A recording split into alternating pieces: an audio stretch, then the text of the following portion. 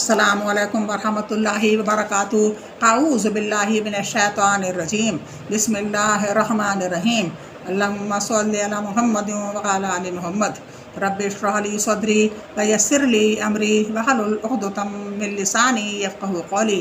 اے میرے رب، میرا سینہ کھول دے اور میرے لیے میرا کام آسان کر دے، اور میری زبان کی گرہ کھول دے تاکہ لوگ میری بات سمجھ پائیں۔ درس نمبر 21، اسلامی تاریخ۔ اللہ تعالیٰ نے حضرت ابراہیم علیہ السلام کے اہل و عیال میں خوب برکتیں اور رحمتیں نازل فرمائی تھیں۔ ان کو اولاد بھی ایسی ملی جو انبیاء کی مرسالہ بنی۔ انہوں نے 3 شادیاں کی تھیں۔ پہلی بیوی کا نام سارہ ہے جو آپ ہی کے خاندان سے تھیں۔ ان سے حضرت اسحاق علیہ السلام جیسے پیغمبر پیدا ہوئے، جن کی نسل سے تقریباً 3500 انبیاء پیدا ہوئے۔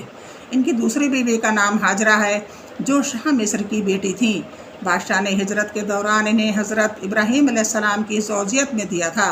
ان سے حضرت اسماعیل علیہ السلام کی پیدائش ہوئی، جو جلیل القدر نبی ہونے کے ساتھ سید الانبیاء محمد مصطفیٰ صلی اللہ علیہ وآلہ وسلم کے جد اعلیٰ بھی ہیں۔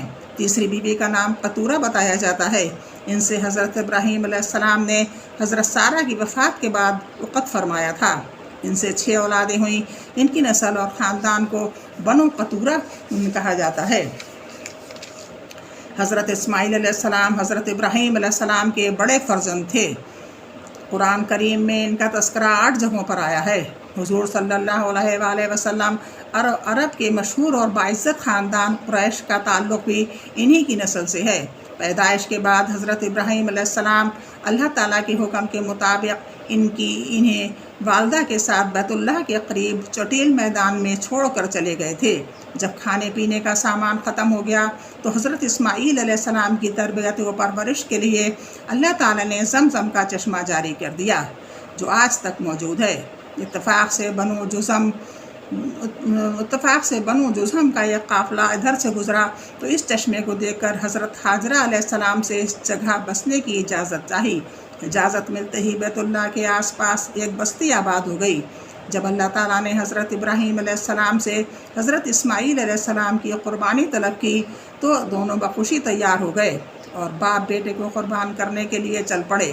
جب چھری گردن پر چڑھنے لگی تو اللہ تعالیٰ نے خوش ہو کر اس کی جگہ جنت سے دمبا بھیجا، پھر اس کی قربانی کی۔ چنانچہ اسی کی یاد میں عید الاضحیٰ کے موقع پر جانوروں کی قربانی کا سلسلہ ہمیشہ کے لیے جاری ہو گیا۔ پھر قبیلہ بنو جزہم میں حضرت اسماعیل علیہ السلام کی شادی ہوئی۔ حضرت اسماعیل علیہ السلام نے 137 سال کی عمر میں وفات پائی اور اپنی والدہ ماجدہ کے پہلو میں حرم شریف میں دفن ہوئے۔ حضور صلی اللہ علیہ وآلہ وسلم کا معجزہ، عہد نامہ کو کیڑے کے کھانے کی خبر دینا۔ جس وقت کفار قریش نے آپ صلی اللہ علیہ وآلہ وسلم اور آپ صلی اللہ علیہ وآلہ وسلم کے اصحاب رضی اللہ عنہم کا بائیکاٹ کر دیا تھا، تو آپ صلی اللہ علیہ وآلہ وسلم نے اس عہد نامے کے متعلق جس میں بائیکاٹ کی دفعات تھیں یہ خبر دی کہ اسے کیڑوں نے کھا لیا ہے اور اس میں صرف اللہ کے نام کے علاوہ کچھ باقی نہیں ہے۔ لہٰذا یہ سن کر ابو طالب نے کفار قریش کو بطور چیلنج کہا کہ اگر میرے بھتیجے کی یہ بات غلط ہے تو میں ان کو تمہارے حوالے کر دوں گا۔ چنانچہ جب ان لوگوں نے اس عہد نامے کو دیکھا تو ویسے ہی پایا جیسا کہ خبر دی گئی تھی۔ بہیقوف فی الدلائل نبوت 606۔ اللہ کی قدرت۔ ہوا، اللہ تعالیٰ نے ہمارے لیے ہوا بنائی۔ ہوا ہی کے ذریعے ہم سانس لیتے ہیں اور ایک دوسرے کی آواز سنتے اور بات کرتے ہیں۔ اس کے کم زیادہ چلنے سے موسم بنتے اور بگڑتے ہیں۔ زمین سے 3.5 میل کی اونچائی کے بعد ہوا کی رفتار ہلکی ہو جاتی ہے اور 500 میل کی بلندی پر کسی جاندار کا رہنا ممکن نہیں ہے۔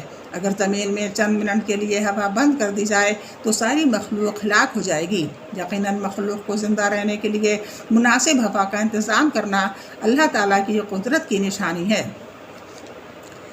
ایک فرض کے بارے میں، عشاء کی نماز کی اہمیت۔ رسول اللہ صلی اللہ علیہ وآلہ وسلم نے فرمایا، جس شخص نے عشاء کی نماز باجماعت کے ساتھ پڑھی گویا اس نے آدھی رات عبادت کی، اور جس نے فجر کی نماز جماعت سے پڑھ لی گویا اس نے ساری رات عبادت کی۔ مسلم 1491۔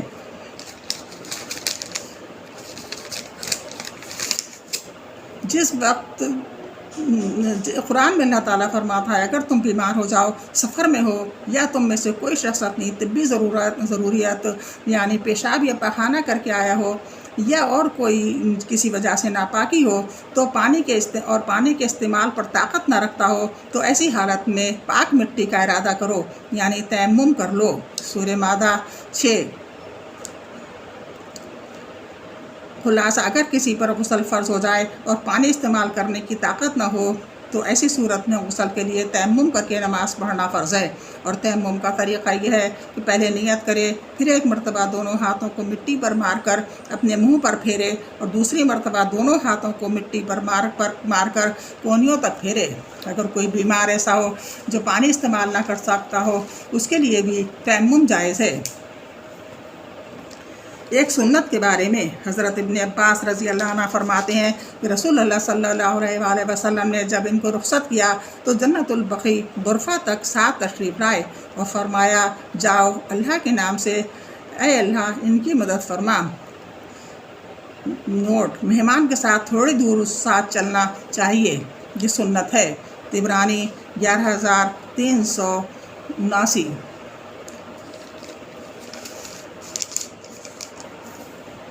رسول اللہ صلی اللہ علیہ وآلہ وسلم جب کوئی خوشی کی بات دیکھتے تو یہ دعا پڑھتے، الحمدللہ الذی بنعمتہ تتم الصالحات۔ ایک بار اور سن لیجیے، الحمدللہ الذی بنعمتہ تتم الصالحات۔ ترجمہ: تمام تعریفیں اللہ کے لیے ہیں جس کی نعمتوں سے تمام اچھائیاں مکمل ہوتی ہیں۔ ایک اہم عمل کی فضیلت: جمعے کے دن سورہ کہف پڑھنا۔ رسول اللہ صلی اللہ علیہ وآلہ وسلم نے فرمایا، جو شخص جمعے کے دن سورہ کہف پڑھے گا، اس کے لیے ایک جمعے سے دوسرے جمعے کے درمیان ایک نور چمکتا ہوگا۔ مستدرک 3392۔ رسول اللہ صلی اللہ علیہ وآلہ وسلم نے فرمایا، دعا نفع پہنچاتی ہے اور ان بلاؤں کو ٹالتی ہے جو نازل ہو چکی ہیں، اور ان بلاؤں کو بھی جو ابھی تک نازل نہیں ہوئی، اس لیے تم لوگ دعاؤں کا اہتمام کیا کرو، دعاؤں سے بلائیں ٹل جاتی ہیں۔ مستدرک 1815۔ ایک گناہ کے بارے میں رسول اللہ صلی اللہ علیہ وآلہ وسلم نے فرمایا، جس نے قرآن میں اپنی رائے سے کوئی بات کہی وہ اپنا ٹھکانہ جہنم میں بنا لے۔ قرندی 2950۔ قرآن میں اللہ تعالیٰ فرماتا ہے، ہر ایک جھوٹے گناہ گار کے لیے بڑی تباہی ہوگی، ہر اس جھوٹے گناہ گار کے لیے بڑی تباہی ہوگی جو اللہ کی آیتوں کو سنتا ہے، جب وہ اس کے سامنے پڑھی جاتی ہیں پھر بھی وہ تکبر کرتا ہوا اپنے کفر پر اسی طرح اڑا رہتا ہے، گویا اس نے ان آیتوں کو سنا ہی نہیں۔ تو آپ ایسے شخص کو دردناک عذاب کی خبر سنا دیجیے۔ سورہ جاثیہ 7-8۔ دنیا کے بارے میں جو کچھ خرچ کرنا ہے دنیا ہی میں کر لو۔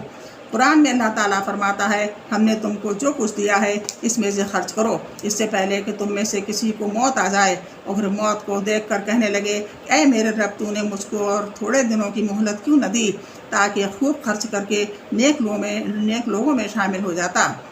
سورہ منافقون 10۔ رسول اللہ صلی اللہ علیہ وآلہ وسلم نے فرمایا، اللہ کی قسم، دنیا و آخرت کے مقابلے میں اتنی سی ہے کہ تم میں سے کوئی اپنی انگلی سمندر میں ڈالے پھر نکالے اور دیکھے کہ اس انگلی پر کتنا پانی ہے۔ دنیا و آخرت کے مقابلے میں۔ آخرت کے بارے میں اہل جنت کے لیے حوریں۔ قرآن میں اللہ تعالیٰ فرماتا ہے، ان اہل جنت کے پاس نیچے نگاہ رکھنے والی بڑی بڑی آنکھوں والی حوریں ہوں گی، وہ حوریں صفائی میں ایسی ہوں گی گویا کہ چھپے ہوئے انڈے ہیں۔ سورہ صفات 48-50۔ رسول اللہ صلی اللہ علیہ وسلم نے فرمایا، جہنم کو قیامت کے روز 70,000 لگاموں کے ساتھ لایا جائے گا، اور ہر لگام کے ساتھ 70,000 فرشتے ہوں گے جو جہنم کو گھسیٹ کر لائیں گے۔ مسلم 164۔ طب نبی سے علاج۔ رسول اللہ صلی اللہ علیہ وآلہ وسلم نے فرمایا، گائے کا دودھ گائے یا بھینس ایک ہی مانی گئی ہے۔ رسول اللہ صلی اللہ علیہ وآلہ وسلم نے فرمایا، گائے یا بھینس کا دودھ استعمال کیا کرو کیونکہ وہ ہر قسم کے پودوں کو چرتی ہے، اس لیے اس کے دودھ میں ہر بیماری سے شفا ہے۔ مستدرک 8224۔ رسول اللہ صلی اللہ علیہ وآلہ وسلم نے فرمایا تم لوگ رائے کو استعمال کیا کرو کیونکہ اس میں اللہ تعالیٰ نے ہر بیماری سے شفا رکھی ہے۔ فیض القدیر 262۔ فائدہ رائے کا تیل بالوں میں مضبوطی پیدا کرتا ہے، سفید ہونے سے روکتا ہے اور جلد میں نرمی پیدا کرتا ہے۔ قرآن کی نصیحت۔ قرآن میں اللہ تعالیٰ فرماتا ہے تمہارا مال اور تمہاری اولادیں آزمائش کی چیزیں ہیں اور اللہ تعالیٰ کے یہاں بہت بڑا اجر ہے۔ جہاں تک تم سے ہو سکے اللہ سے ڈرتے رہو، اس کا حکم سنو اور فرما برداری کرو اور اللہ کی راہ میں خرچ کرو، اسی میں تمہارے لیے خیر و بھلائی ہے۔ اور جو شخص نفس کی کنجوسی سے بچا لیا گیا وہی لوگ کامیاب ہونے والے ہیں۔ سورہ تغابن 15-16۔ نبی صلی اللہ علیہ وآلہ وسلم کی نصیحت۔ رسول اللہ صلی اللہ علیہ وآلہ وسلم نے فرمایا اپنے مہمان کے ساتھ کھاؤ کیونکہ وہ تنہا کھانے میں شرم محسوس کرتا ہے۔ بحقی فی شعب ایمان 9305۔